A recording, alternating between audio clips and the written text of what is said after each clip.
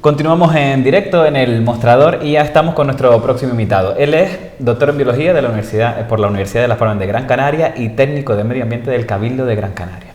Con casi 30 años de experiencia en investigación, gestión de espacios naturales protegidos, restauración de ecosistemas y gestión de la biodiversidad.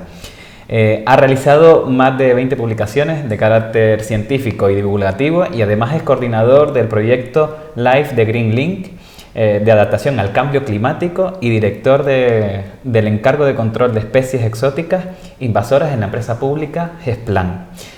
Estoy hablando de Francisco José González Artiles. Paco González, muy buenas tardes y gracias por venir al mostrador. Muchas gracias por invitarme. Dije algo mal, se me quedó algo atrás seguramente, no, pero... perfectamente, sin problema. Lo que queda claro es los años de experiencia que tienes y que te avalan. Sí, al final tienes recorrido. Bueno, Paco, gracias por venir. Usted es otra de las caras que se propusieron a la ciudadanía para acercarnos a entender un poquito mejor el Salto de Chira. Si le parece, vamos a ver el spot en el que usted aparece y enseguida comenzamos a hablar de esto. Muy bien. Los beneficios del proyecto van en términos de, digamos, de ser autosuficientes energéticamente e implantar mayor número de energías limpias en la isla, pero estudiando lo que son las ubicaciones donde van las distintas actuaciones y planteando actuaciones de restauración, yo creo que el impacto ambiental se ve muy minimizado en este caso.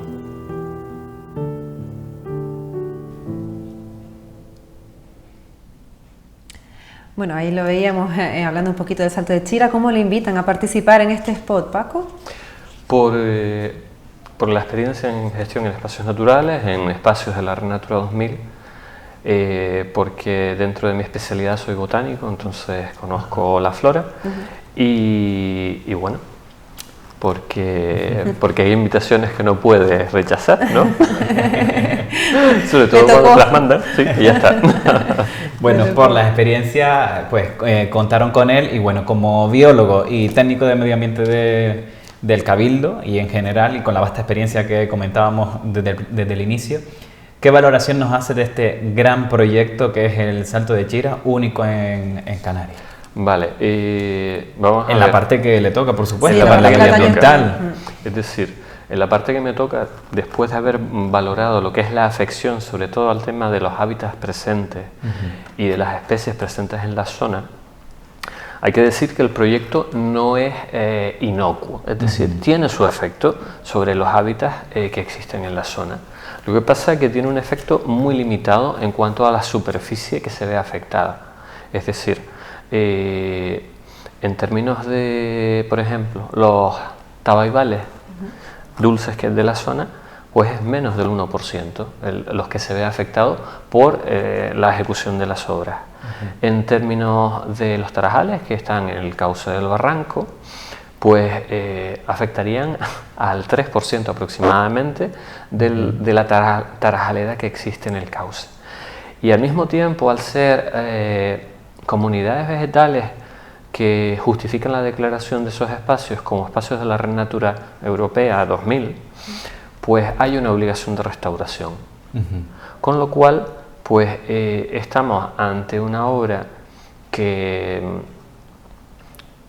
carácter estratégico para la isla y con una afección ambiental limitada, y además existe obligación de compensarla y de restaurar lo que se afecte. Entonces, pues bueno, eso fue, digamos, lo que pesó en el caso de mi informe, ¿no? Es decir, había posibilidad de ejecutarlo y el efecto ambiental era limitado y además recuperable.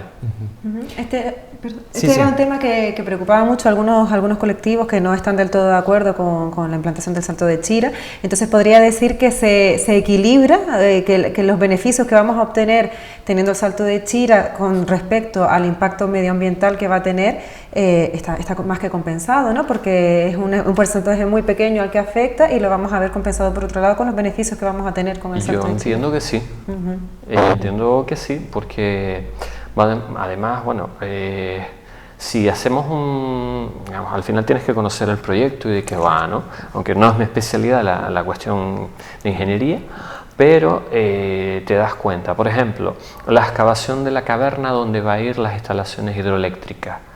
El volumen de residuos que se obtiene de esa excavación es la mitad del volumen de residuos que se produjeron en la primera fase de la carretera de la aldea. O sea, digamos, túneles. Exactamente.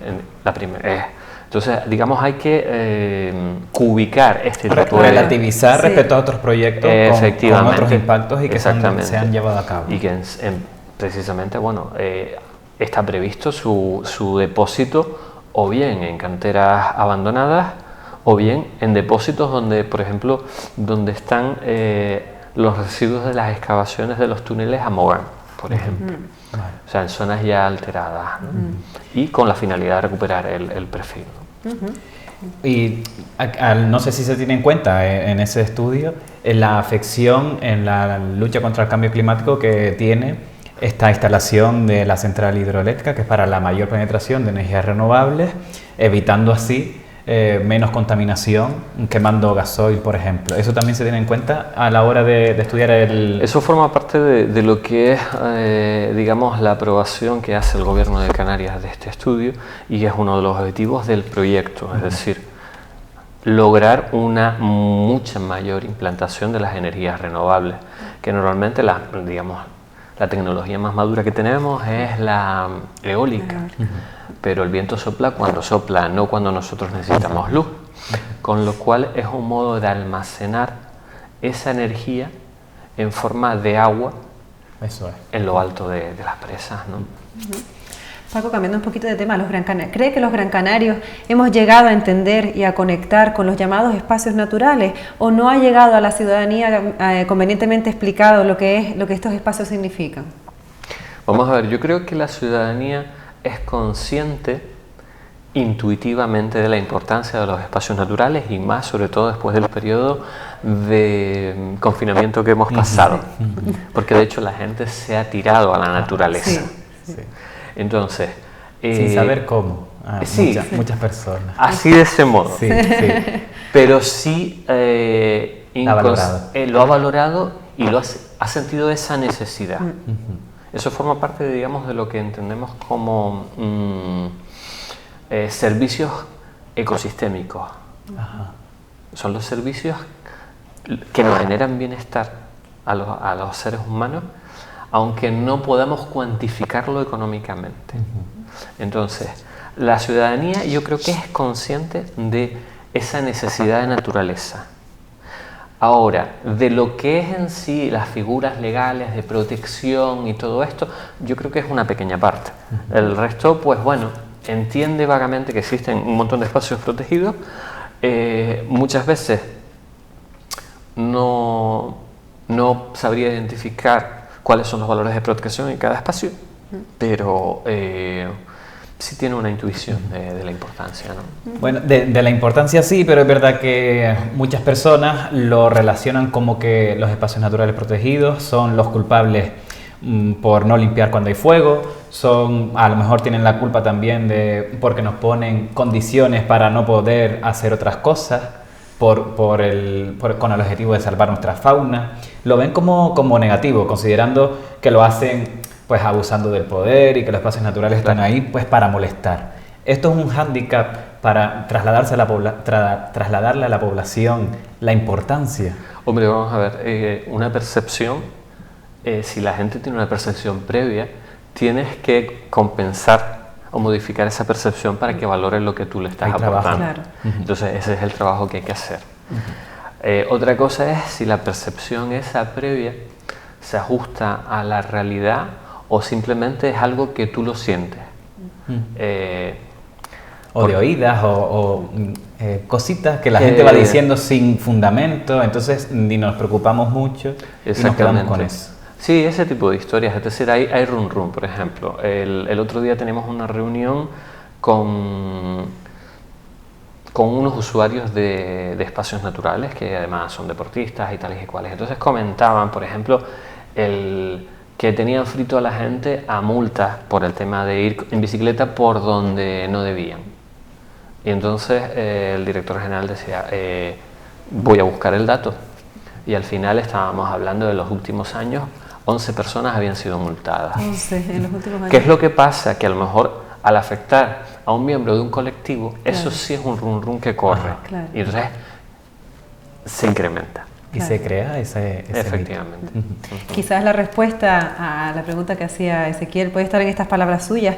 Decía que el conocimiento del medio y una adecuada ordenación de las acciones humanas en las islas puede permitir una satisfactoria convivencia con nuestra naturaleza. ¿Qué cree usted que haría falta para que llegue ese conocimiento a la población y que sepamos convivir mejor todos con la naturaleza? Desde mi punto de vista, yo creo que lo fundamental sería, digamos, propiciar un uso del territorio, de los espacios naturales. Es decir, ¿por qué? Porque en la medida en que tú conoces, tú valoras. Entonces, es decir, una buena red de senderos para caminar, bien señalizada y bien publicitada, una buena red de espacios de esparcimiento en el campo, en la naturaleza. En la naturaleza. Todo ese tipo de cosas, aparte de ser una oportunidad, digamos, para hacer educación ambiental y facilitar los valores y todo, el conocimiento a la gente, favorece una relación, digamos, más afectiva con los espacios naturales. Y por otro lado, la naturaleza, a veces, vamos a ver, la naturaleza estaba antes de que nosotros llegáramos a estas islas, y si nosotros desaparecemos de ella, seguirá. Con lo cual, cuando nosotros le quitamos la presión y los usos desordenados encima, pues ella se va recomponiendo. Entonces, ¿qué es lo que pasa? Nosotros hacemos también tareas de restauración porque en el territorio han incidido muchas cosas. Pero, y también porque nosotros aspiramos que en el breve plazo de nuestras vidas ver cambios favorables. Pero simplemente con organizar y potenciar los usos de tal modo que no se produzcan impactos indiscriminados, hemos ganado un montón. O sea que acercando a la gente a los senderos y a la naturaleza, no es que pensemos que la van a estropear más, sino que realmente van a empezar a valorarla bajo su opinión y entonces sin querer se va a crear una red de cuidado y de valor de esta zona. Mira, por un ejemplo, es una cosa. Nosotros hicimos con el patrocinio de una empresa eléctrica una repoblación en la montaña de Firgas. Entonces, nada. Esa repoblación, al final, digamos, el grupo ecologista de Firgas la adopta como propia y forma parte de sus campañas de riego en verano. Los niños que han ido creciendo cuidando de esos árboles ¿lo sienten suya? Efectivamente. Claro. Y además, digamos, la relación que, por ejemplo, en los sitios un poco apartados del campo que hay, que de repente un sitio un poco apartado te encuentras un saco de escombros, un no sé qué, no sé cuánto, alguien que siente suyo ese espacio no lo va a hacer eso en el futuro. Claro, exactamente. Incluso lo ve, se molesta e intenta, por los cauces que sea, notificarlo, denunciarlo de alguna forma. Efectivamente. Bueno, mientras, a usted también apuesta por más parque nacional en Gran Canaria. Sí. ¿Sigue adelante, por ejemplo, el Parque Nacional de Gugui? Sí. ¿Se terminó con éxito o cómo está este No, proyecto? vamos a ver, esto es un proceso. Ajá. Y un proceso que durará años, es decir, en el sentido de que el Parque Nacional que ha tardado menos en declararse tardó 4 años. El último Parque Nacional que tardó en declararse, pues tardó en torno a unos 8 años. Vamos a ver, digamos, si el viento nos es favorable, que yo creo que sí, y los plazos se hacen lo más breves posibles. Pero ¿Y por qué es importante que Gugui sea un espacio natural, un parque nacional? Porque tiene una serie de ecosistemas que la ley española dice que tienen que estar representados en la red de parques nacionales. Ajá. Y a día de hoy no están. Entonces, claro, cumple las características absolutamente para hacerlo. Además se dan, muchas circunstancias favorables, es decir, incluye una parte marina. España y a niveles globales hay un compromiso de incrementar las áreas marinas protegidas. Y eso es un déficit que hay en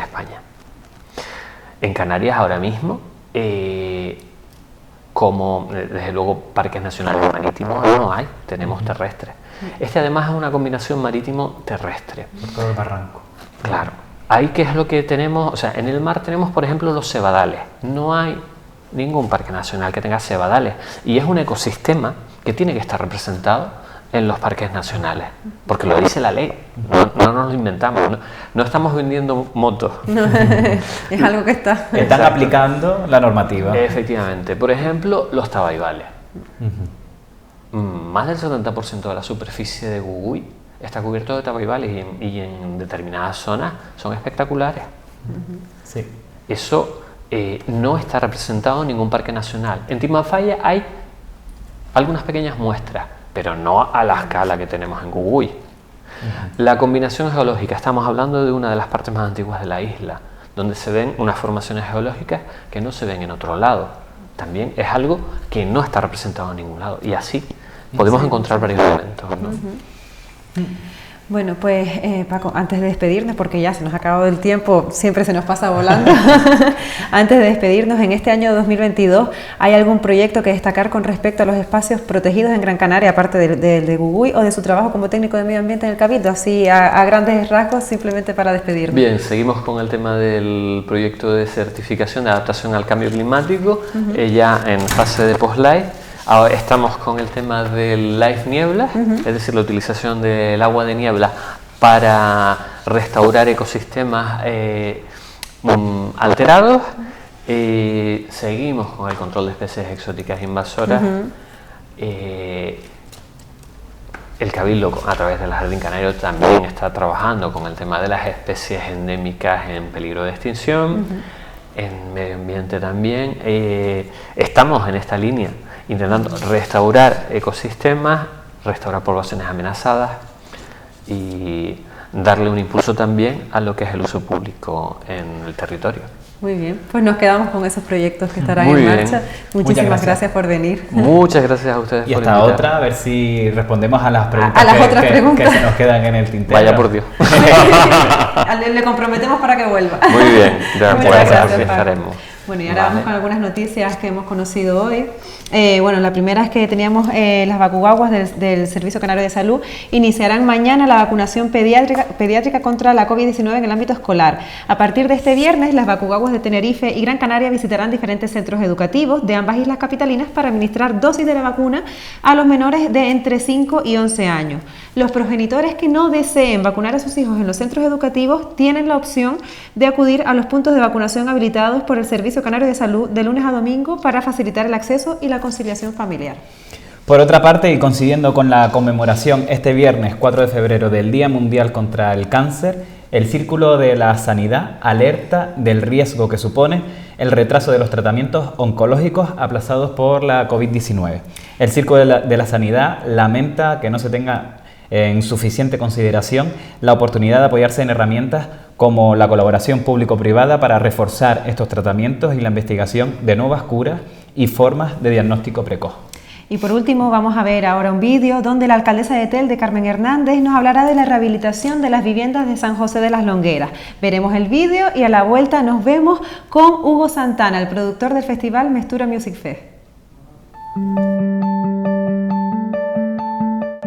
Estamos presentando a los vecinos de San José de las Longueras lo que va a ser una obra muy importante para el barrio, un proyecto de rehabilitación integral donde vamos a cambiar la imagen del barrio, vamos a desentar las fachadas, a ponerlas más bonitas, pero lo más importante, vamos a darle más calidad de vida a los vecinos y vecinas, vamos a arreglar las azoteas, cambio eléctrico, el saneamiento, mejora de las instalaciones de agua, bueno, en definitiva mejorar el barrio. Esto lo hemos venido haciendo desde hace 6 años en otros barrios y recordemos ahora que hemos rehabilitado 1.700 viviendas en Ginamar, seguiremos arreglando Ginamar, también rehabilitamos casi 200 viviendas en el barrio de Los Marinos, en Melenara, y ahora le toca a San José de las Longueras. Después de muchos años donde no se ha arreglado el barrio, vamos a emprender esta obra, próximamente ya será una realidad y estoy convencida que será algo beneficioso para la ciudad de Telde y para los vecinos y vecinas del barrio.